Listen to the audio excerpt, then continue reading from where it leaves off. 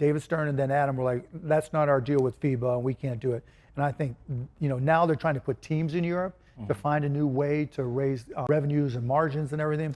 And I think it'll do okay, but they're missing the big opportunity. So nowadays, fans are super critical of all the threes that teams are taking. But I just hear you talk about how you guys. No, I think the game's beautiful threes. right now, right? Okay. Everybody can do everything. And it wasn't like that. Like when you were playing, like there was always one dude that the star didn't have to guard, right? This is Gil's guy, right?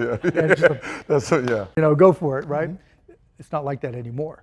Everybody's either going to cut to the rim for a lob if you're either going to be a threat there or you're going to take a three. And so, you're seeing more bigs now that are versatile than you've ever seen before. You're seeing, guys who can take threes, but you're also seeing teams trying to take the three away, right? So you're seeing more mid-range from, KD, right? Kawhi, the guys who are great at mid-range, but now it's back. Shea, Brunson. Yeah, Brunson. I mean, the idea even 4 or 5 years ago of pulling up at the elbow and taking a shot, you might have been pulled. Oh, yeah. It just doesn't work. But now if you can hit 60% from mid-range, that's better than shooting threes. And so I don't have a problem with the threes because that opens up the mid-range, that opens up the lob, and you got to be able to make them, And so if you can't make a three, you're not going to be able to take them. So I don't got a problem with all the threes at all. But it goes with the same theory that I was using when there was always those teams that had that just defensive player on the team. And I was like, yeah, that's the D Steve, right? The Dave Steve, yeah. I'm just gonna guard him. I don't have to work, right? And no matter how much he's guarding me, the Robersons, I get the rest on offense. Yep. I mean on defense. Yep. So and that's why I said I will never. If you're gonna hunt a lion, you need a lion.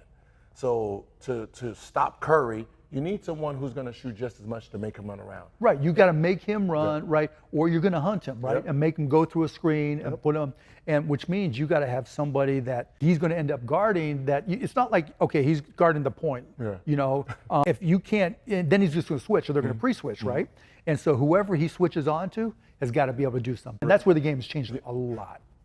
We still got some old schools. I mean, us Lakers, we got Vando, so.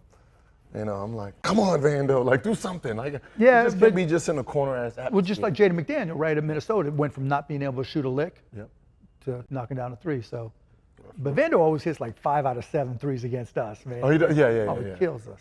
It gets to work. But let's talk a little bit just more about you. So when you bought the Mavs in 2000, teams hadn't been to the playoffs since 1990. Years of mediocrity, right? Turn things around right Mediocrity away. would have been good. That would have been a step up. I was, doing the research like, ooh, I forgot how nasty this was. Ugly. I just saw Rolando Blackman too the other day over at Venice Beach randomly, like, made me think about it.